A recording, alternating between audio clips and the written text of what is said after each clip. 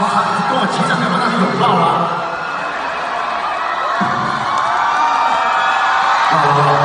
这样对吗？我知道，其实我知道你会。我只是在确认你的腰围而已。对啊，还蛮幸福。我现在知道你为什么今天请我来。为什么？你还不懂吗？我当初真的觉得很奇怪，为什么杨丞琳会在5月20号请我出席？你不懂吗？太明显了，太明显了！你看，你都写给我了，520什么？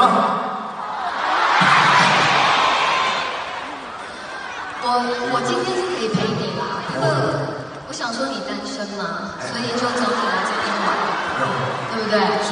大家是不是要先正式的给潘玮柏一个尖叫声？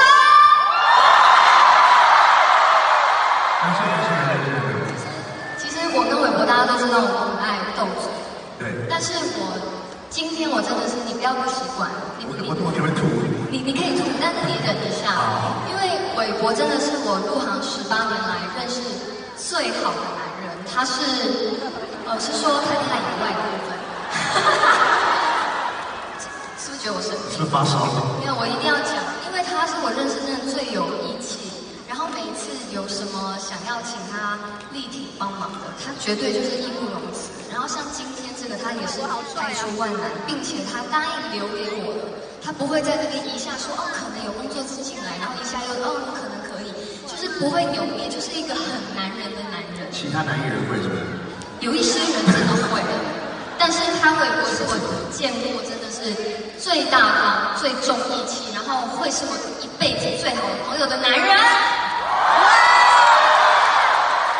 但是话说实在，今天真的为你感到，因为我认识陈琳的时候，他还很小，到底多小？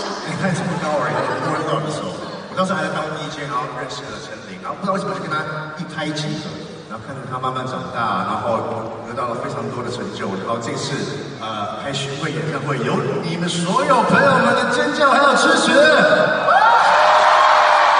以我看到我非常的骄傲，然后这一次才是我真的觉得是第一次跟你合唱大陆。对，因为上次在我小巨蛋演唱会的时候，那时候因为太感动了，所以你骗我说你不来，然后结果你来了，所以我一直没有感觉到真的跟你合作，这次是真的合作。然后我想跟你说一句，朋友这么久，今天真的是不二的。怎么样？我没说过这句话，真的吗？我通常都跟你讲不雅的话。对，你常都说不雅的。今天我跟你说，我真的很爱你。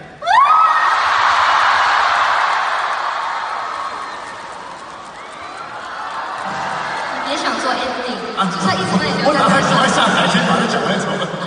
没有，真的，我也很爱我，真的非常爱，就是真的，哎，我觉得很难得，就是异性朋友可以有好的交情，然后最重要就是他真的非常重义气，然后这一点我永远不会忘记。然后玮柏自己也在巡演，对不对？他自己巡演嘛，然后创始者，对，然后接下来他也是在内地有好多场，所以希望大家也可以支持，好吗？广州下次啊，不见不散，好不好？但是今天最重要，给杨丞琳尖叫声！那个，你可以上楼梯，哦，电梯，这个是每个嘉宾的最好的待遇。太感谢了，可以下到地下1楼。OK， 谢谢大家，谢谢潘玮柏。